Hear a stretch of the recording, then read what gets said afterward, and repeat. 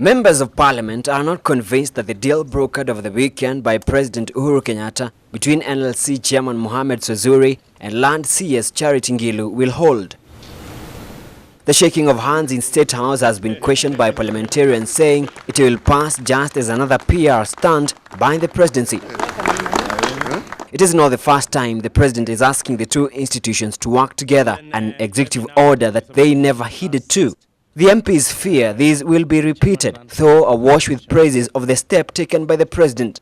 But I doubt whether these two leaders really respect the constitution and the law, because every other day you get complaints about the CS, about the NLC. But to me, it does not matter whether Ngilu or Swazuri signed that paper. The constitution requires them to work, and they have to work. Well, they need to know, the president is the CEO of the country, and if they disobey him, then he has the whip to crack on them. Yeah, and I'm expecting to do that. Yes. The Departmental Constitution Implementation Oversight Committee had today that there are 8 resolutions on paper. The main one is that the CS has agreed public land leases will be sealed by the Commission, then presented to the Registrar of Land in the Ministry for issuance.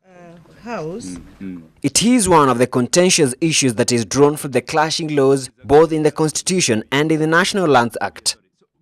The National Land Commission and the Ministry will forge a common effort of proposing amendments to the contentious laws.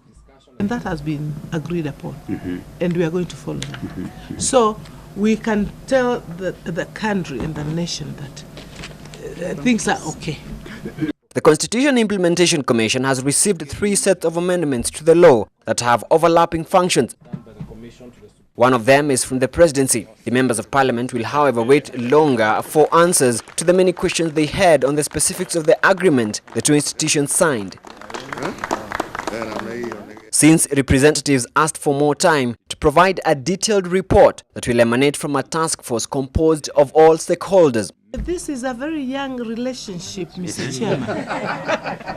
Yesterday, only yesterday. we are even not there to start shaking hands properly. They are quoting still. We're talking now.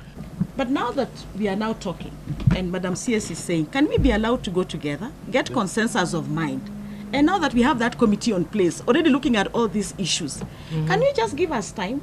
Meanwhile, the Departmental Committee on Land has threatened to discipline the Cabinet Secretary for failing to honor an invitation to the committee. We want to summon her. Actually, a summon letter will be going out today to appear before this committee on Thursday at 10. Failure to which, if she doesn't, then we might actually take up this matter to the floor of the House and look for possible ways that even might lead to her impeachment. We are not happy. And we are not a committee that can only be taken for a ride. The Cabinet Secretary for Lands, Charity Ngilu, and the National Land Commission both brushes off the various concerns that the members of Parliament have that what was committed yesterday on paper might not be implemented. They say they have an ultimatum from the President which they must meet. Reporting for Ebro Africa in Nairobi, I'm Sam Gakunyi.